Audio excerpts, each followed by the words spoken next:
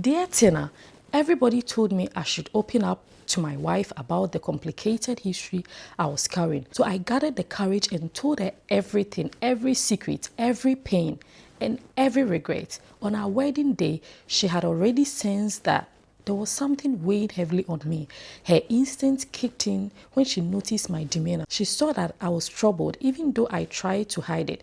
When I told her I didn't recognize the dancing girl from my past, she didn't fully believe me, but she decided not to press further at that moment, choosing instead to let it pass.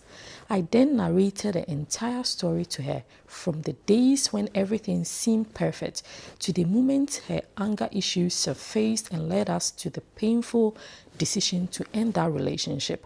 I even shared the heartbreaking details of the abortion I was involved in, knowing that these truths could shatter her. During the conversation, she looked at me with a mixture of pain and confusion, then asked, "So what does she want?" I handed her a note that my ex-girlfriend had given me on our wedding day, hoping it might shed some light. I told her, "You are a woman, so maybe you can understand her." This is what she sent me that day. She read the note multiple times, her face a mixture of hurt and contemplation. She then suggested that perhaps my ex was only trying to intimidate me, was up to something sinister. She urged me to reach out to her to seek understanding, believing that a simple conversation might resolve everything. But I explained that my ex never answered my calls, and she advised me to find her and try to speak directly, hoping that dialogue could bring clarity and peace. One Saturday, I found myself on a bus heading toward her place, filled with a mix of anxiety and fear. I knew that sometimes questions we desperately seek answers to are the ones we are most afraid to face. I was uncertain how the conversation would unfold. I knew her temperament could be volatile, and I was scared of what she might do.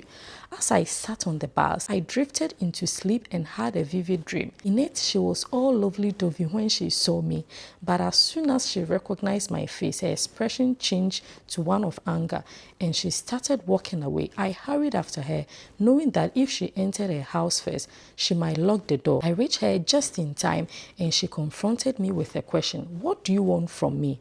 Shouldn't you be enjoying your marriage and waiting for whatever the future holds?" I answered honestly, "I'm here because you won't answer my calls.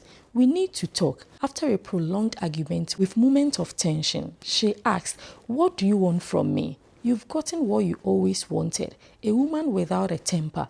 Why are you still pursuing the one with a temper?" I handed her the note again, asking, "Please, tell me what this means." She responded with a bitter remark about paying for her food and wanting me to understand, implying that perhaps I only cared about material things. I tried to clarify that I wasn't talking about money, but her silence in that moment only deepened the tension. Then she opened up about her pain, her raw feelings of betrayal and loss. She said, "I haven't forgiven you. You took a piece of me that I can never get back and then treated me like trash. I will never forgive you. I apologize sincerely," even dropping on my knees, begging for her forgiveness. I felt we were making some progress until she revealed her true intentions, that I would pay for my past mistakes and that she believed I was involved spiritually in some way. She hinted at future revelations, claiming I would soon understand what she meant. When I asked what I could do to make her understand how sorry I was, she told me that if I truly cared, I would have married her and not another woman. Her words cut deep, and I was desperate to find a way to mend that broken pieces. But she was resolute. She had spoken her truth, and she had nothing more to say. She told me to wait and see what would happen next. After that intense conversation, I returned home and shared everything with my wife. Her response was dismissive. She laughed and said, "She's just scaring you. Dogs that bite hardly bark. Leave her alone. She will eventually heal." I chose not to pursue further contact, deciding instead to focus on my marriage. I poured my energy into prayer and effort to strengthen my relationship with my wife. Through this ordeal, I learned a profound lesson. Hurt people often hurt others.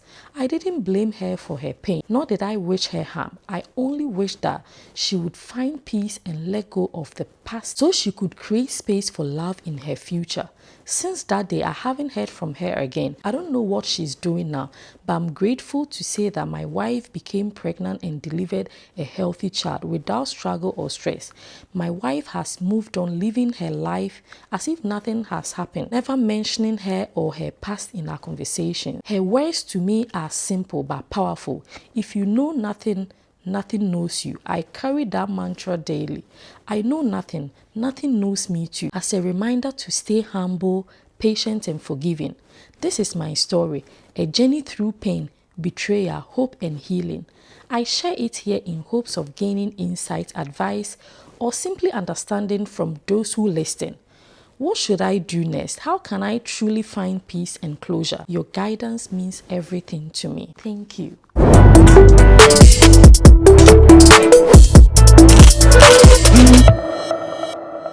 Thanks once again for listening to this heartfelt story. It's a powerful reminder that everyone carries their own battles. I'd love to hear your thoughts. What do you think this person should do next? How can they find true peace and closure? Share your ideas and advice in the comment below, and remember that in the shadows of pain, there is always hope for healing. Until next time, stay kind, stay patient, and keep shining your light through the darkness.